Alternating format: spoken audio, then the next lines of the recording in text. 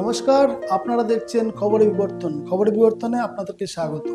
আজ এমন একজন ব্যক্তির সঙ্গে পরিচয় করাবো যিনি দীর্ঘদিন ধরে ক্রীড়া ভারতীর সঙ্গে যুক্ত এবং ক্যারাটে শিক্ষক। তার প্রশিক্ষণে বহু ছেলে মেয়েরা বহু জায়গায় রাজ্যের সীমানা পেরিয়ে বিভিন্ন জায়গায় প্রতিযোগিতায় অংশগ্রহণ করে স্বর্ণ পদক জিতেছেন এবং এই ক্রীড়াঙ্গনে অজয় ব্যানার্জির বিশেষ অবদান সকলের কাছে অনুপ্রেরণা। দেখুন, আজকে আমাদের খবর বিবর্তন পত্রিকার সাংবাদিক সঞ্জীব বিশ্বাস তিনি তার সাক্ষাৎকার নিয়েছেন। দেখবো একবার সেই দৃশ্য। আজ আপনাদের সঙ্গে পরিচয় করাবো দীর্ঘদিন ধরে খেলাধুলার সঙ্গে যুক্ত অজয় ব্যানার্জি। নমস্কার। ক্রীড়া ভারতীর কাজ পশ্চিমবঙ্গে কিভাবে শুরু হয়েছিল সে বিষয়ে যদি একটু মতামত দেন। ক্রীড়া ভারতীর কাজ পশ্চিমবঙ্গে কিভাবে শুরু হয়েছিল, তো 1992 সালে মহারাষ্ট্রে পুনেতে ক্রীড়া ভারতীর প্রতিষ্ঠাতা হয় প্রথম। রাষ্ট্রভাবনায় খেলোয়াড়দের নিয়ে আসা, আর প্রতিটা খেলোয়াড়ই রাষ্ট্রভাবনার মধ্যে আছে সে রাষ্ট্রভক্তি। গ্রামগঞ্জের থেকে বের করে নিয়ে আসার জন্যে যে গ্রামে গঞ্জে শেষ মুহূর্ত পর্যন্ত যে খেলোয়াড়রা মাঠে ঘাটে খেলছে তাদেরকে একটা সঠিক জায়গায় পৌঁছানো রাষ্ট্রভাবনায় সে মহারাষ্ট্রে পুনেতে প্রথম প্রতিষ্ঠাতা হয়। তারপর দীর্ঘ বছর ধরে চিন্তন করে যে সারা ভারতবর্ষে সেই খেলাটা কিভাবে পৌঁছাবে।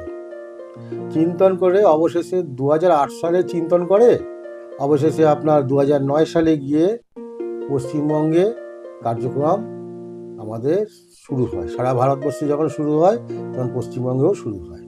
আমরা পশ্চিমবঙ্গে 2009 সালে যখন শুরু হয় তখন আমাদের কার্যকর্তা, আমাদের আগে যারা ছিল ভালো ভালো কার্যকর্তারা ছিলেন, এখনও আছে তারা। তো সেসব কার্যকর্তাদের নিয়ে সারা ভারতবর্ষে এখন খুব সুন্দর কার্যক্রম হচ্ছে, যে সবাই এই খেলোয়াড়রা এই ক্রীড়া ভারতীর মধ্যেই আসছে। এই ক্রীড়া ভারতীর মধ্যে ওই রাষ্ট্রভাবনা,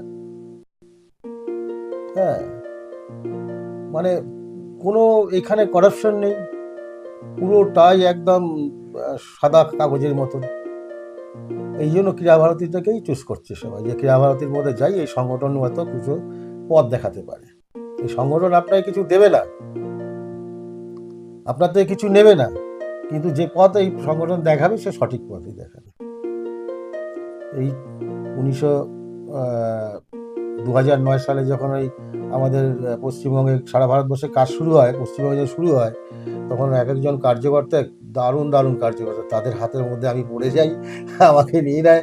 আমিও একটা কার্যকর্তা, সাধারণ একটা কার্যকর্তা তৈরি হয়েছি আগামী দিনের জন্য। দেখি কতদিন ভগবান রাখে আমাকে এই কাজকর্ম, যাতে সেবা করে যেতে পারি দীর্ঘদিন ধরে। যতদিন পারবো সেবা করে যাই ক্রীড়া ভারতী। আমার দ্বিতীয় প্রশ্ন,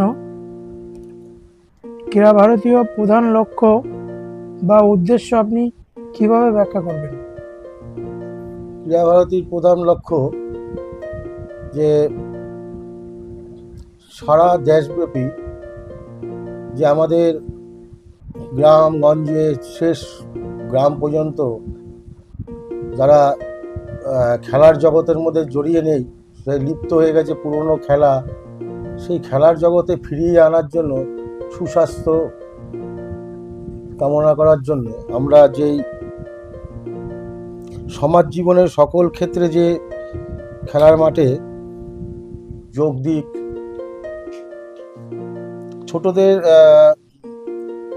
ছোটদের মতন খেলা, বড়দের মতন বড় খেলা, এই ধরনের খেলার বিষয় নিয়েই চিন্তন।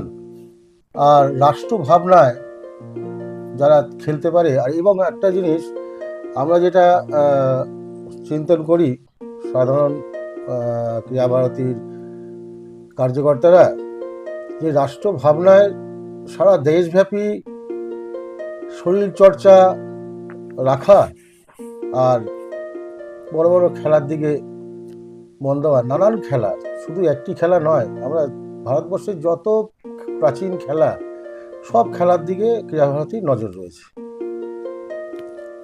আপনি তো দীর্ঘদিন ধরে রাষ্ট্রীয় স্বয়ংসেবক সঙ্গে যুক্ত আছেন, সে বিষয়ে যদি আপনি কিছু বলেন।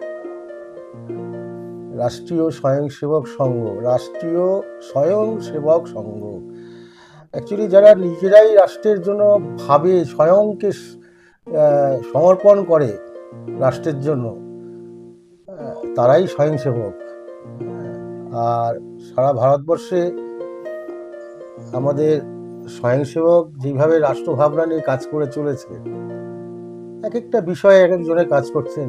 1 ঘন্টা 2 ঘন্টা অন্তত সারা দিনের মধ্যে যদি সময় দেওয়া যায় সেবা কাজমূলক, এবং যে কোনো, যেরকম আমি আমার রাষ্ট্রভাবনায় আমি খেলার দিকে আছি, সেবা করে যাচ্ছি, যাতে যে পরিস্থিতি এখন আছে যে সারা ভারতবর্ষে নেশামুক্ত হোক। হ্যাঁ, পাড়ায় পাড়ায়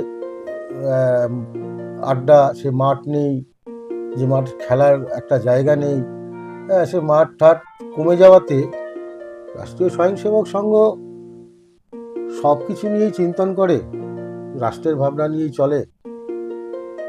আর কি, এই তো আমাদের রাষ্ট্রভাবনার কাজ। আপনি তো দীর্ঘদিন ধরে সংঘের সঙ্গে যুক্ত আছেন, তো আপনি এই ব্যারাকপুরে কিভাবে সংঘ বিস্তার করলেন, তার কিছু যদি একটু বলেন।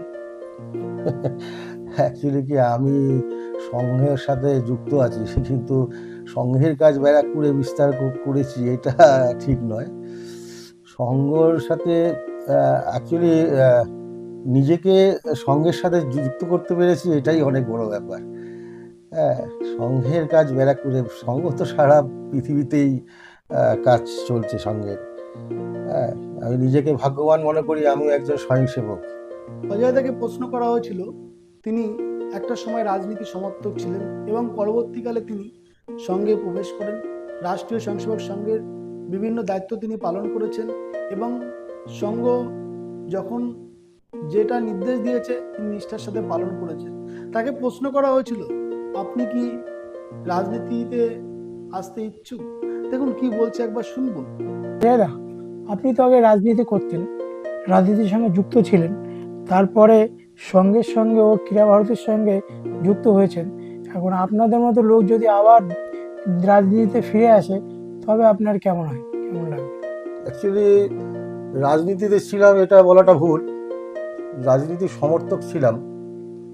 সমর্থক থাকাটা, রাজনীতি করাটা দুটো সমান নয়। আর সেই সময় বাল্যকাল থেকেও যেরকম নীতির মধ্যে ছিলাম, সেরকম সংঘেরও সাথে ছিলাম। সংঘ কাজটা আমার ভালো লেগেছে। হ্যাঁ, আর সংঘের তো মধ্যে কোনো চাওয়া পাওনা কিছুই নেই না। আর এখানের মধ্যে আপনার যেরকম রাজনীতির মধ্যে একটা আক্ষেপ থাকা যায়, আমিত্ব ভাবটা থেকেই যায়, এই দুটোর মধ্যে পার্থক্য। সঙ্গে তারপর রাজনীতিতে যেতে গেলে অন্ততপক্ষে নিজের শরীরের মধ্যে একটা রাষ্ট্রভাবনা তৈরি করতে হয়। তো সেই রাষ্ট্রভাবনা নিজের আছে কি না, হ্যাঁ, সেটা তো আমাকে তৈরি হতে হবে না। আমি সঙ্ঘের সাথে তারপর যুক্ত হলাম 1991 সালে। আমি রাষ্ট্রীয় স্বয়ংসেবক সংঘের শাখায় যুক্ত হই। তারপরে আস্তে আস্তে সংঘের কাজের সাথে থেকে থেকেও আমি রাজনীতিতে যেতাম, কিন্তু রাজনীতির কোনো নীতি বুঝতাম না, না রাজনীতি বুঝতাম না, যেটাকে বলে সমর্থক। যেদিকে দেখতাম অন্যায় সেদিকেই ছুটে যেতাম। আর এটাকেই সবাই ধরেছে হয়তো রাজনীতি। তো রাষ্ট্রভাবনার যে কাজগুলো করে যাচ্ছি সেটাই রাজনীতির মধ্যে ধরলে তো হবে না। রাজ্যের যে নীতি সেটা আলাদা, টোটালি আলাদা। ঠিক আছে, এখন বর্তমানে যে জায়গায় আমি আছি খুব ভালো আছি। আর সংঘ যদি মনে করে যে অযোধ্যা রাজনীতিতে গেলে ভালো হয়, তাহলে যেখানে পাঠাবো সেখানে কাজ করব। কাজ তো করবো আমি রাষ্ট্রভাবনা নিয়েই, সেই রাজনীতিতে যাই আর খেলার জগতেই থাকি। বর্তমানে আমার ক্রীড়া ভারতীটা বেশ ভালোই আছে, শান্তিতে আমি ক্রীড়া ভারতীর ছোটো ছোটো ছেলে মেয়েদের সাথে এবং ভালো প্লেয়ারদের সাথে বেশ ওঠা বসা, খেলাধুলা সাথে থাকি, আলোচনা সমালোচনা, নানান শারীরিকের বিষয় নিয়ে আলোচনা, সুস্থ জীবন কাটানো, এই চলছে। সংগঠনে পাঠাবে যেখানে সেখানে যাব। সংগঠন যদি বলে এই মুহূর্তে আপনাকে সাংগঠনিকভাবে কাজটা করতে হবে না করব না, আর যদি বলে সংগঠনের কাজ করতে হবে করব, আমাকে যেখানে পাঠাবে সেখানেই যাব। নমস্কার।